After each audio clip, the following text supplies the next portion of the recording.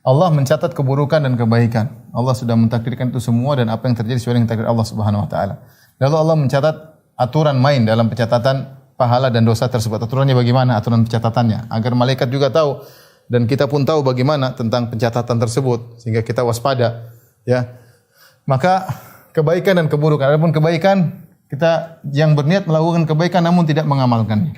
Dia sudah berniat namun tidak mengamalkannya. Ada beberapa model. Pertama, dia berniat dan sudah berusaha namun tidak berhasil. Tetap dianggap telah beramal.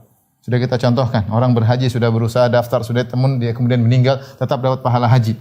Yang kedua, dia berniat melakukan kebaikan dan sudah bertekad ternyata ada amal yang lebih baik, maka dia tinggalkan niat amal pertama, dia melakukan amal berikutnya. Apa yang dia dapatkan?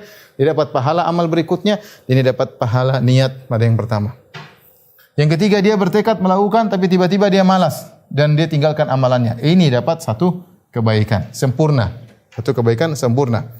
Yang keempat, hanya sekedar khawatir, hanya lintasan-lintasan ini tidak ada nilainya karena tidak sampai pada derajat ham. Jika dia mengamalkan kebaikan, dia mendapat minimal 10 kali lipat. Kalau tidak bisa 700 kali lipat, kalau tidak bisa lebih daripada itu. Adapun keburukan, jika hanya berniat buruk tapi tidak melakukannya, ada beberapa kondisi. Ya. Pertama, ya, hanya sekedar lintasan, maka ini tidak dianggap. Yang kedua, jika sudah sampai pada derajat ham, keinginan, maka ada dua kondisi. Kalau termasuk amalan hati sudah berdosa. Amalan hati ya bukan tidak dilihat dari tinjau amalan, karena dia amalan hati. Seperti hasad, dengki, syirik, ragu kepada ciptaan Allah, ragu kepada Allah Subhanahu wa taala dan macam-macam keyakinan. Ini tidak perlu eksekusi karena dia dalam hati, eksekusinya dalam hati, maka sudah dianggap sebagai dosa.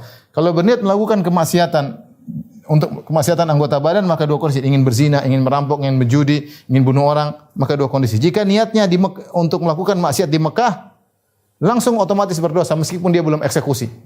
Sekedar niat, dia berdosa. Allah berfirman, "Wa man yurid fihi bi ilhadin bi dzulmin nudzikhu min adzabin alim." Siapa yang berniat melakukan keburukan di Mekah, dia sudah dapat dosa. Kami ancam dia dengan siksaan yang pedih. Jika selain melakukan kemaksiatan di Mekah, maka ada dua. Jika dia sudah berusaha namun gagal, maka tetap dapat satu dosa amal. Satu dosa amal, sama seperti ini, sudah beramal. Jika dia tidak berusaha dan dia meninggalkan ada dua. Pertama, karena Allah, maka dapat satu pahala. Jika dia meninggalkan bukan karena Allah, tidak dapat pahala. Ya. Kita perhatikan Allah Subhanahu wa taala ketika menyebutkan tentang pahala niat, Allah mengatakan, siapa yang berniat, bertekad, tiba-tiba dia malas, kata Allah, katabahullahu indahu, Allah mencatat di sisinya hasanatan kamilah. Di mana kata Ibnu Daqiqil Id, ini menunjukkan al-i'tina biha, bagaimana Allah perhatian tentang niat ini. Sampai Allah mengatakan Allah catat di sisinya, indahu, di sisinya sebagai kebaikan yang sempurna, Allah tidak bilang satu kebaikan, tapi Allah bilang kebaikan yang sempurna. Allah mengungkapkannya beda, kebaikan yang sempurna. Allah catat, benar-benar dicatat.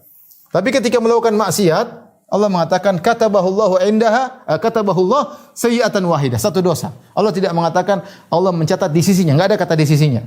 Dan Allah tidak mengatakan dosa sempurna, enggak. Allah mengatakan sayyi'atan wahidah, ada kata satu. Menunjukkan ya hitungannya cuma satu. Ya, ini menunjukkan luasnya rahmat Allah Subhanahu wa taala. Makanya ikhwan dan akhwat yang dirahmati oleh para dokter, para guru yang dirahmati Allah Subhanahu wa taala, kalau kita sudah tahu aturan main dalam pencatatan amal seperti ini, namun kita tahu bahwasanya kalau ada orang masuk neraka, itu orang sudah sangat kebangetan, sudah sangat parah. Kenapa? Karena maksiat dicatat cuma satu. Pahala kebaikan 10 minimal. 10 bisa jadi 700, bisa lebih daripada itu. Seharusnya tidak imbang kalau antum melakukan satu maksiat, melakukan satu kebaikan sudah langsung 10. Levelnya cepat naik. Maksiat baru kedua, maksiat ini kebaikan kedua sudah naik, level seberapa? Sudah 700, sudah banyak. Tapi kalau ternyata kebaikan sudah meninggi levelnya daripada ini, berarti orang sudah sangat parah. Karena aturan catatannya Allah tidak head to head, tidak satu-satu hitungannya. Tetapi yang kebaikan cara hitungannya 10 minimal, 700 lebih daripada itu. Keburukan cuma satu. Maka ketika ada orang masuk neraka, menunjukkan itu sangat parah, parah. Ini juga dalil bahwasanya malaikat mengetahui amalan hati. Dan kita harus waspada bahwasanya yang dicatat oleh Allah bukan cuma amal jawari, hati kita juga ada pencatatannya. Ya. Niat itu dicatat kita oleh malaikat, sampai Allah sudah catat. Niat juga diketahui oleh malaikat. Dan kita tahu pentingnya niat baik. Niat baik sangat penting. Makanya dikatakan oleh para salaf dahulu, an-niyatu ablagu minal amal. Niat itu lebih mencapai daripada amal. Kenapa? Bisa jadi seorang beramal soleh hanya dengan sekedar niat, tanpa amal dia sudah bisa mencapai, meskipun tanpa amal. Seperti itu, niat baik mendapat. Ya. Kemudian juga misalnya kata Nabi SAW, man ata firasyahu, barang siapa yang pergi mau tidur, kemudian dia berniat untuk bangun malam, faghalabathu ainuhu, kemudian dia ketiduran, maka Allah catat dia telah salat malam. Niatnya dia tidak salat malam, tapi dia sudah niat salat malam, ketiduran dapat catat salat malam. Adapun wa kana naumu shadaqatan alaihi, adapun tidurnya sedekah dari Allah untuk dia. Subhanallah, dia tidur kasih sedekah, di Allah takdirkan dia tidur tapi pahala salat malam dapat. Ya, kata Allah itu sedekah buat kamu. Enggak usah salat malam dapat pahala salat malam. Kenapa? Dia punya niat. Bahkan dalam hadis, siapa yang berniat untuk sampai pada manazil syuhada, ingin capai pada derajat syuhada, maka Allah akan sampaikan dia kepada derajat syuhada wa in mata ala firasyihi, meskipun dia meninggal di tempat tidurnya, tidak berperang, tapi dia punya niat untuk dapat pahala syahid, Allah kasih. Makanya niat itu sangat penting. Dan ini juga dalil bahwasanya masalah amalan, jangan kita fokus hanya kepada amal jawari, hanya lisan, hanya amal badan, tidak. Hati juga kita harus fokus karena ini ada pencatatan juga. Termasuk akidah yang benar, akidah yang salah, semua dicatat malaikat. Hasad, dengki, suudzon lawannya husnudzon.